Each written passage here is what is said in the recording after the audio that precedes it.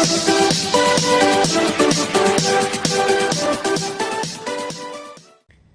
Viewers, स्वागत है आपका नीलकमल एडुटेनमेंट में। और हम पढ़ रहे हैं यूरोपियन हिस्ट्री यानी हिस्ट्री ऑफ यूरोप।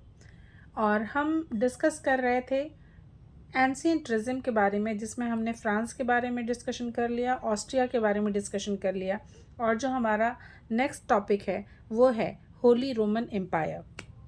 तो होली रोमन एम्पायर काफ़ी जाना पहचाना शब्द लग रहा होगा आप लोगों को, आपने सुना हुआ होगा इसे काफ़ी बार। पर एक्चुअली होली रोमन एम्पायर में कौन कौन से राज्य शामिल थे इसे जानना ज़रूरी है। तो जो होली रोमन एम्पायर था उसमें जर्मनी, प्रशिया और ऑस्ट्रिया के राज्य शामिल थे। तो जो रोमन साम्राज्य का डाउनफॉल हुआ था उस समय पूरे यूरोप में एक तरह से अराजकता फैल गई थी, जिसका लाभ उठा के फ्रैंको ने 8th सेंचुरी के फर्स्ट हाफ में वेस्ट यूरोप के ऊपर कब्जा जमा लिया था। फ्रैंको का सबसे बड़ा राजा शार्लमा था, जिसे चार्ल्स फर्स्ट के नाम से भी जाना जाता है। शार्लमा को ही होली रोमन एम्पायर को स्टैब्लिश करने का क्रेडिट जाता है। उसने प्राचीन रोमन एम्पायर को जीर्णोद्धार करने में तथा रोमन सम्राट के संभावित पद को प्राप्त करने के विचार से 800 ईस्वी में इसकी स्थापना की थी, यानी कि होली रोमन एम्पायर को स्टैब्लिश किया था। उसने अपनी राज्य सीमा का विस्तार रोम तक किया था। इतना ही नहीं, उसने इटली के एक भूभाग में निवास करने वाले लोम्बार्डो से पोप की रक्षा की थी। तो पोप की क्योंकि रक्षा की थी तो शार्लमा की शक्ति से भयभीत होकर लोम्बार्डियों ने पोप के राज्य पर आक्रमण करना बंद कर दिया था। और इस बात से प्रसन्न होकर लियो थर्ड ने, यानी कि पोप का उस समय का जो वहाँ पे पोप था उसका नाम लियो थर्ड था, तो उससे प्रसन्न होकर पोप लियो थर्ड ने रोम के एक चर्च में शार्लमा को राजमुकुट पहनाकर रोम का सम्राट घोषित किया था।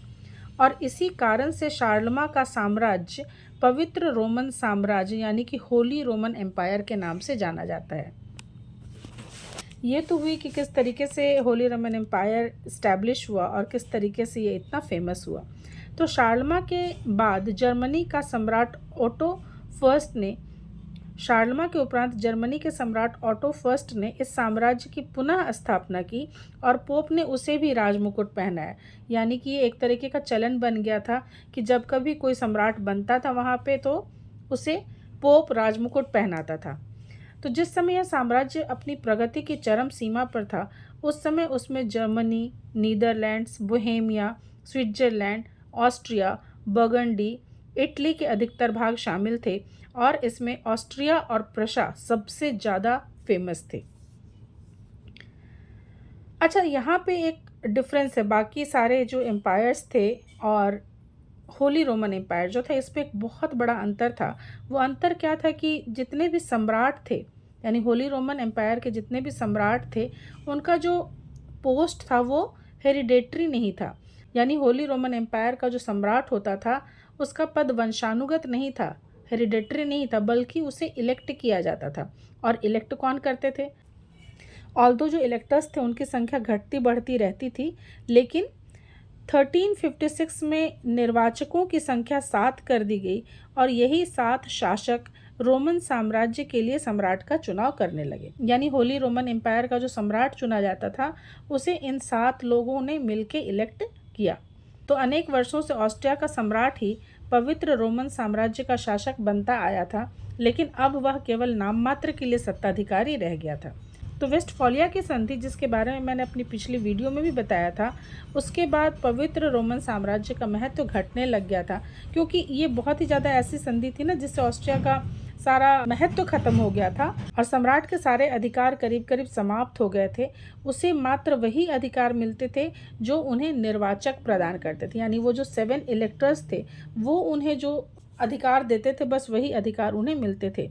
तो अब ऐसी कंडीशन हो गई राजा की कि ना तो वो राजाज्ञा निकाल सकता था, ना राजकीय नीतियों का निर्धारण कर सकता था और ना ही सैनिक अधिकारियों का उपयोग कर सकता था।